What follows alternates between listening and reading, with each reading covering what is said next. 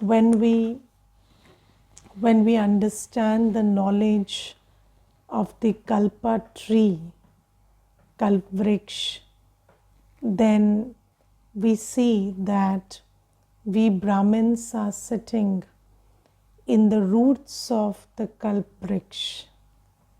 Yes, and there is a story in the scriptures wherein they say that there is a tree somewhere in the world, and if you sit in the roots of that tree, if you sit under that tree, then all your whatever you think, will materialize. All your thoughts will turn into things. And Baba says that that tree is not a tree out there in some jungle. So the kalpa tree or the kalpvriksh is not somewhere out there in the jungle. It's this tree of humanity which Baba has explained to us. And Baba says sitting under that tree means sitting in this confluence age. And in this confluence age is called Sankalp Siddhi Ka Yug, which means that this is the age which has the blessing of instant fruit. You think and you get. Yes, so Baba says that, so did you ever, those of you who are 60 or 70 years of age, did you ever hear so much about manifestation as you hear these days? So, these days everybody is talking about the law of manifestation, and everybody is saying that whatever you think is going to manifest. Yes, so, and it is true that, we are living in a time where all thoughts are becoming things. And in the world, people are not capable of elevated thoughts. Yes, they are only capable of very vicious thoughts. And if you see, all those vicious thoughts are materializing. And there's this one sister, and she said that I had a small, the protrusion of the bone in the feet. And then I thought, that it would grow. And Didi, it is growing. So then I was just thinking that, even if I think of something bad that's happening, so how do I stop myself from it? So you see that if you look at the world, everybody is saying that whatever you manifest will happen. So whatever is happening is, of course, something you've manifested. Yes, so the condition of the world can be explained by the thoughts that we have. And this is why Baba says that you are also living in a time where there is instant fruit, but that cannot be called fruit in the world, because whatever they are getting is something very bitter. But if we used our elevated thoughts the right way, then we would get instant fruit. And I often think, it takes one thought to think that I should benefit, and it takes that same one thought to think that everybody in the world should benefit. Yes? How much does it cost you to think that everybody in the world should benefit? One thought. And if we children have this big heart where we create this thought that everyone in the world should benefit and every soul should become happy for many births and become full of attainments. So if we have this thought, that every soul should take his inheritance from Baba, and they should be full of attainments, and everyone in the world should benefit. And how do people benefit? So if somebody doesn't belong to Baba, can they benefit? No, that's not possible. So Baba says that you must have the good wish, the benevolent thought that everybody should come to Baba, everybody should belong to Baba, everybody should take their inheritance from Baba. And when you have this good wish, then Baba will make you the instrument to introduce a soul to Baba. And every soul who comes in contact with you will feel the fruit of peace and love at that moment. And everybody is looking for peace and love. So when you have this deep desire that everyone in the world should come close to Baba and take their attainment from Baba, then every soul who comes in contact with you will feel Baba's peace and love from you, and then you will become an instrument to bring them closer to Baba. So do you have this thought? Because I think that every thought is materializing. So our limitation is only in the creation of those elevated thoughts. So how many of you, when you get up in the morning and you sit in Baba's remembrance, how many of you offer yourself that I'm here, Baba, and use me, and I'm here to be your instrument, and I'm here to be that showpiece of the showcase which will attract everyone to Baba. And how many of you create this thought that every soul should come close to Baba? And you see that that's where the limitation lies. And I have seen that when I came to Baba, we write a letter to Baba when we go to Madhuban. So there's Baba's letter box, and we write a letter to Baba. And I remember very early on, I had written this letter to Baba that, Baba, you've given me everything, and I'm here for you however you want to use me. And that's when Baba started using me as an instrument. And I remember that in this whole journey, I have never felt that it's a difficult journey, or Baba is making me do something which I can't do. So whenever there's seva, there's something which is new and something that looks difficult, I have seen Baba's hand working, and Baba, giving me the strength and the support to do it. So Baba says that, if you have this good wish that I want to be that, I want that every soul should come close to Baba, and every soul should take attainments from Baba. So just revise this every day and create this thought, and then Baba will make you the instrument for that, and Baba will make every soul feel Baba's peace and love in your presence. And then when you give Baba's introduction to them, they will know Baba also. So this is something that Baba says. And then Baba today says that you must remain stable in the Trikaldarshi stage.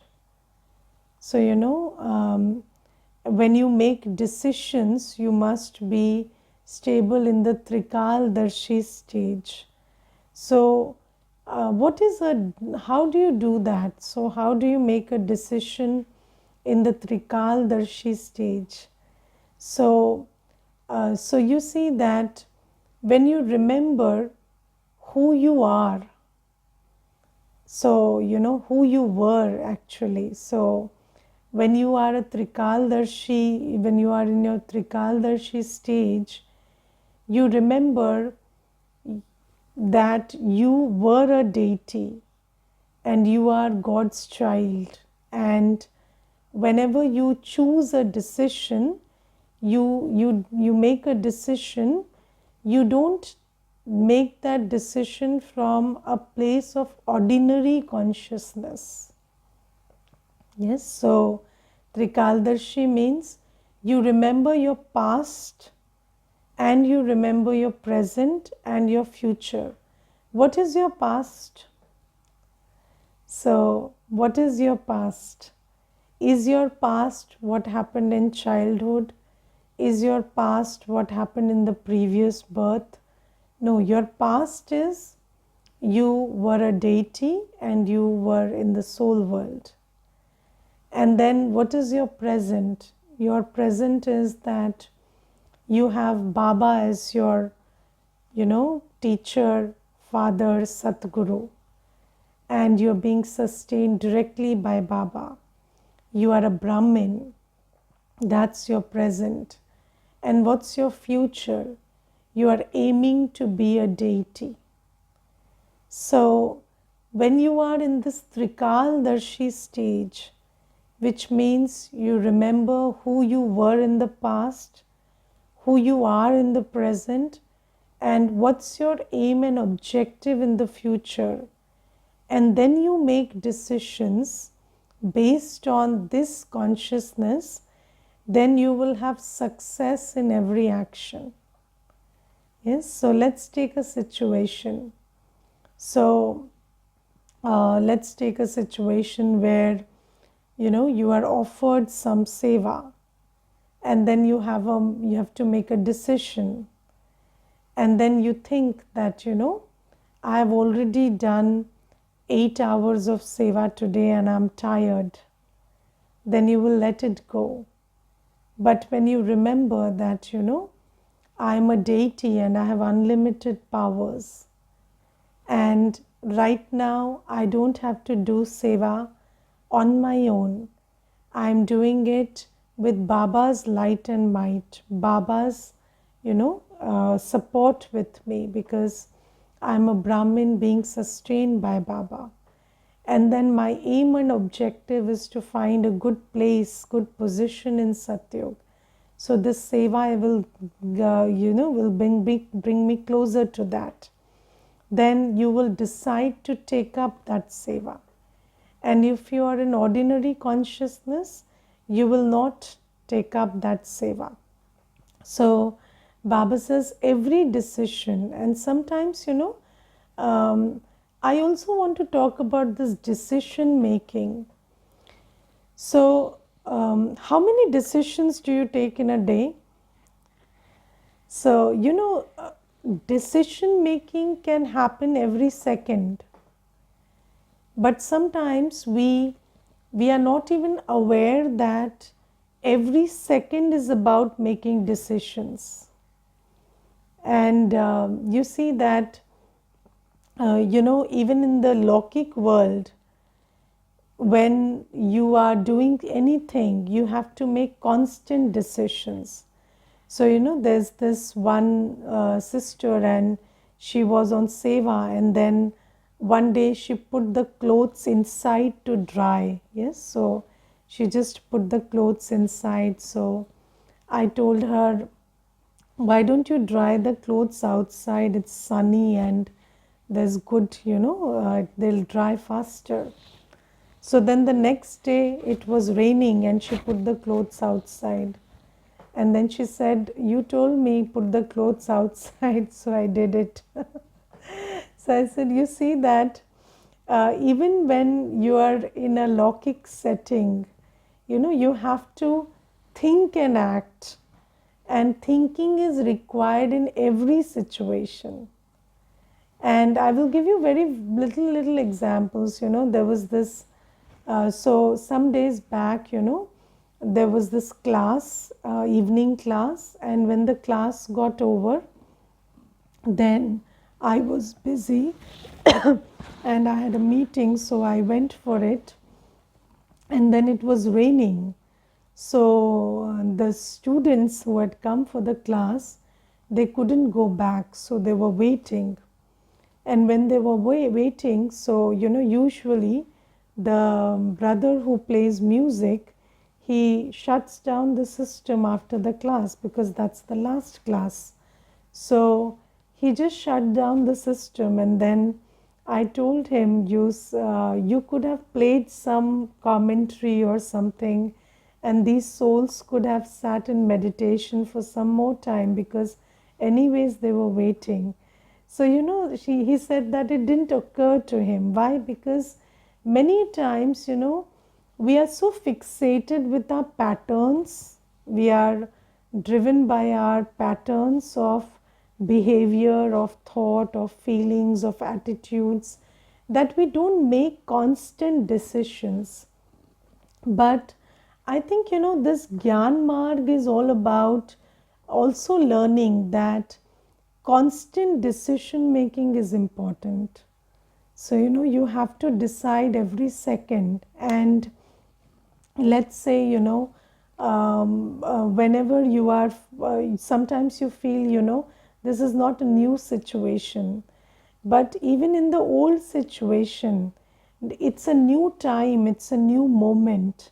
So make that decision. And when you are in your Trikaldarshi stage, when you're not looking at the person, the context, when you're not looking at the history of this context. So let's say you're with some person and you have a history with them, and then you have to make a decision of how to behave with them or how to speak with them, and then you don't take into account your history with them, you don't take into account that person's behavior, you just think about who you are, who you were, and who you want to be, then that decision will lead you to success. Yes, and Baba says that don't look at your body while making decisions. So the body could be old, the body could be ill, the body could be tired, but just think about who you are. And how do you think dadis did so much of seva in such, ages? Like Janki Dadi used to travel the world until 102 or 103. So how did she manage that? So this Trikaldarshi stage, so whenever there is a decision to be taken, whether she has to leave for some seva in some country or not, what would she be thinking? She wouldn't be thinking that, oh, my medicine is working or not, or the doctor has given me permission or not, or I'm well enough to travel or not. She used to just think that I am the deity, I was the deity, and I have Baba's hand with me. And she took those decisions, and they all led her to success. And again, this thing about success. What is success? Success is a very long term thing. So, success is not short term. So sometimes, you feel like you did something and it was a successful thing, but then you regret it later. So sometimes, you're driven by vices or laziness or something, and then you feel it's a success, but then later you repent it. But success is when in the final moments, when you are about to fly to the soul world, at that time when you look back and you have no regrets, that's called success. And in order to be successful, that is, in the end, you having no regrets And when it is time to fly, when you look back, you feel every decision you made in every single moment of Sangam Yug, that decision was a right decision.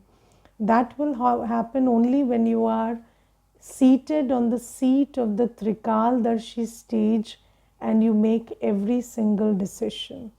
So you see that decisions are made every second: what to eat, how to think, what attitude to hold, what action to do, what words to speak, or what to do with your time and energy. Every decision that you make, if you just make it in this elevated Trikaldarshi stage, then that decision will hold good until the end of this time, or at least this cycle. And when you are about to leave the body and you look back, you have no regrets. And I think that this my aim, when sometimes I think about my aim. So of course Baba has given us the aim to be Lakshmi Narayan, but when I think about a limited aim, I always think about having no regrets whatsoever in any moment of life. So when we look back, I shouldn't regret anything. I shouldn't feel like, oh, I could have done it better. And how do you feel? Why do you feel like, oh, I could have done it better? When you are body conscious in that moment and you make a decision, based on body consciousness, you don't make a decision based on your elevated stage. Don't make a decision based on the fact that you are a deity and you are aiming to be a deity, and that you're God's child in the moment.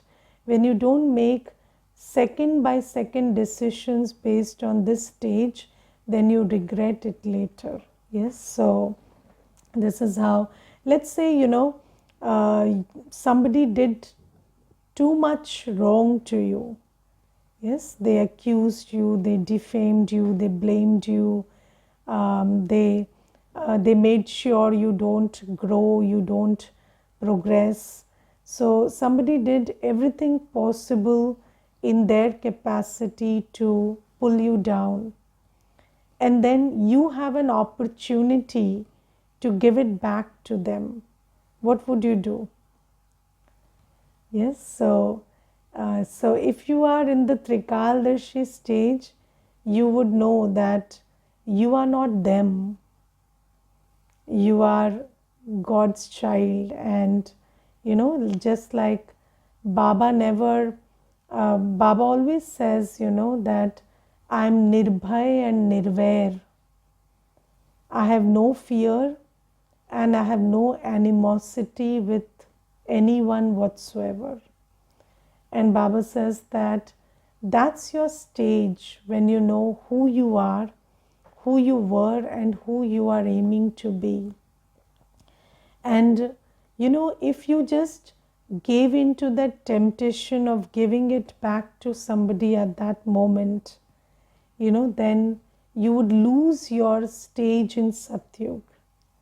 So this is something that you need to understand. Whenever you have to choose your words, choose your acts, choose your thoughts, think like a deity, think like God's child, speak like God's child speaks, and act like a God's child, and act like somebody, act like when somebody watches you, they have faith that yes, this person deserves to be a deity.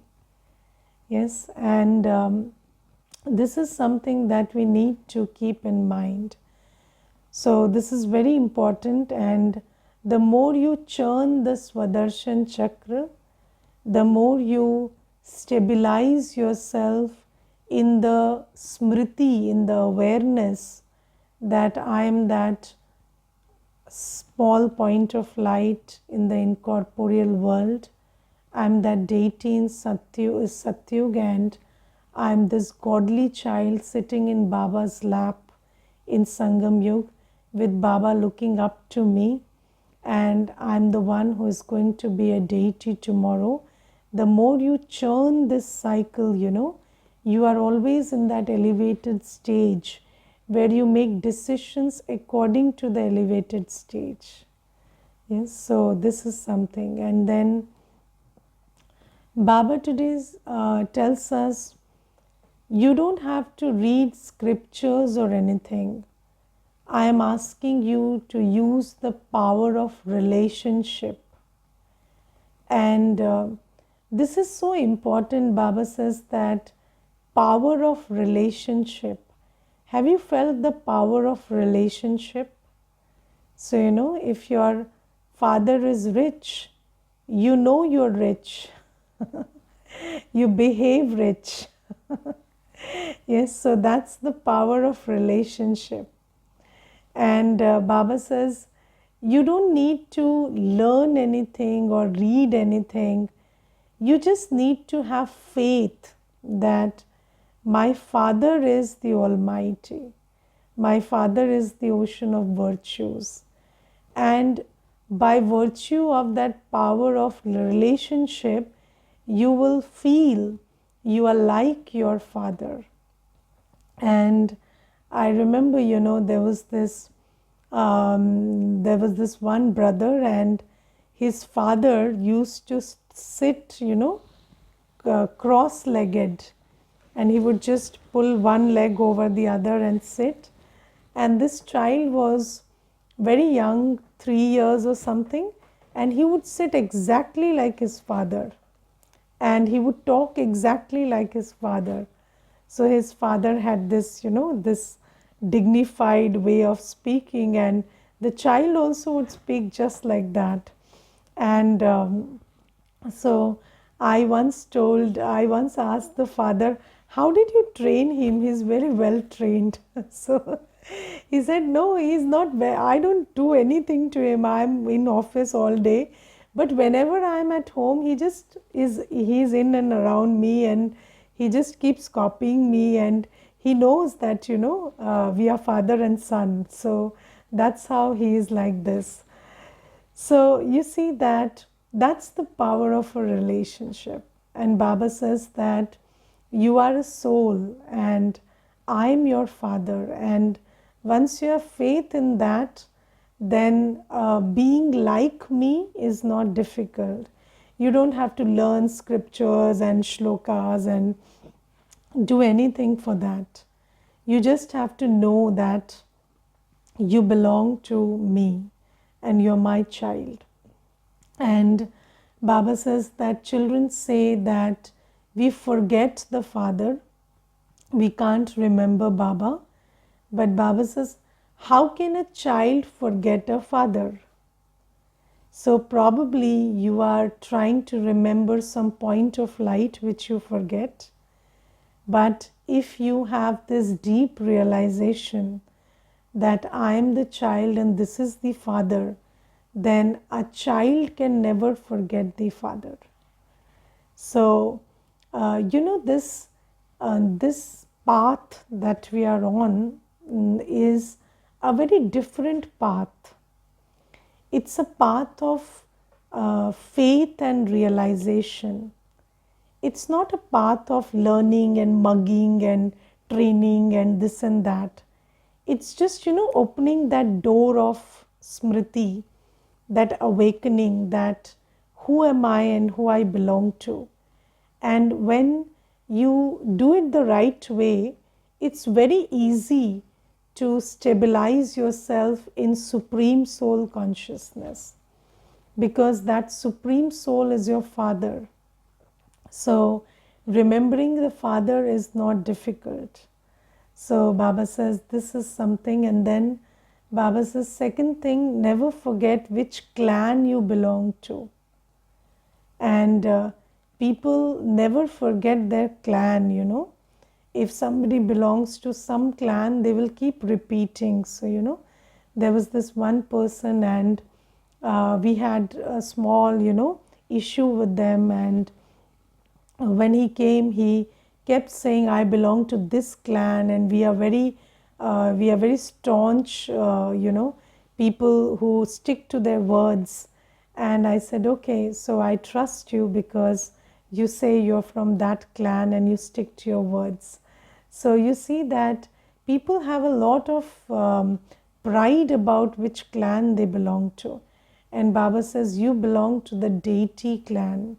Never forget that. And whatever are the characteristics of your clan, they come naturally to you. And Baba says that you belong to the deity clan. So being having divine qualities comes naturally to you. So this is something. And then Baba also says today that however ill you are, you can still do seva. Yes. So there was this one Mata, and she lives very close by, and then she had not come for the class. And when I asked her, why didn't you come for the class? So she said, I was having a headache. So I said, and because you didn't come to the class, your headache got better? So she said, no, I still have a headache. So I said, then why didn't you come to the class? So you see that, sometimes you will say you are ill. Okay, you are ill. And then when there is sickness of the body, that sickness of the body has to be dealt with. Yes. But does you stopping seva or stopping to read the Murli or stopping to do Amrit Vela make you deal with the illness faster? No. Do you understand that? In fact, if you did all this, you would heal faster. But it's not the illness. It's Maya that tells you that you can't do anything when you're ill. So that's Maya. So Maya tells you miss the class because you're ill. But Maya will tell you watch the phone while you're lying on the bed. That's okay. Yes, but if you listen to the class, maybe you'll get worse. So all that is Maya. And today Baba says, even when you're dying, you can tell somebody to remember Baba. And Baba says, why do you have to lie quiet when you are ill? You can just speak something good from your mouth even when you're on the hospital bed. How much effort does it take to sweetly tell somebody you are a soul and God is your father and remember your father? And Baba says this much seva you can always do. But it is Maya which stops us from Gyan, Yog, Dharana and seva. Yes, and Maya is very interesting. So, there was this one Mata, and she was getting beaten up every day by her husband. And then when she learnt about purity, she said, I cannot practice purity because my husband will beat me up. So I said, which day has he not beaten you up? He beats you up anyway. So what's the big deal if you practice purity? So, but Maya will say, get beaten up, otherwise don't get beaten up for purity. So that's the kind of, thing that Maya teaches us.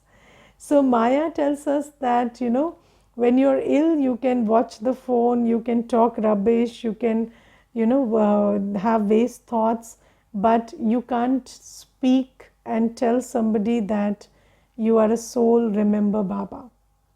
So this is what Maya does to us, and Baba says that even on the deathbed you can do seva.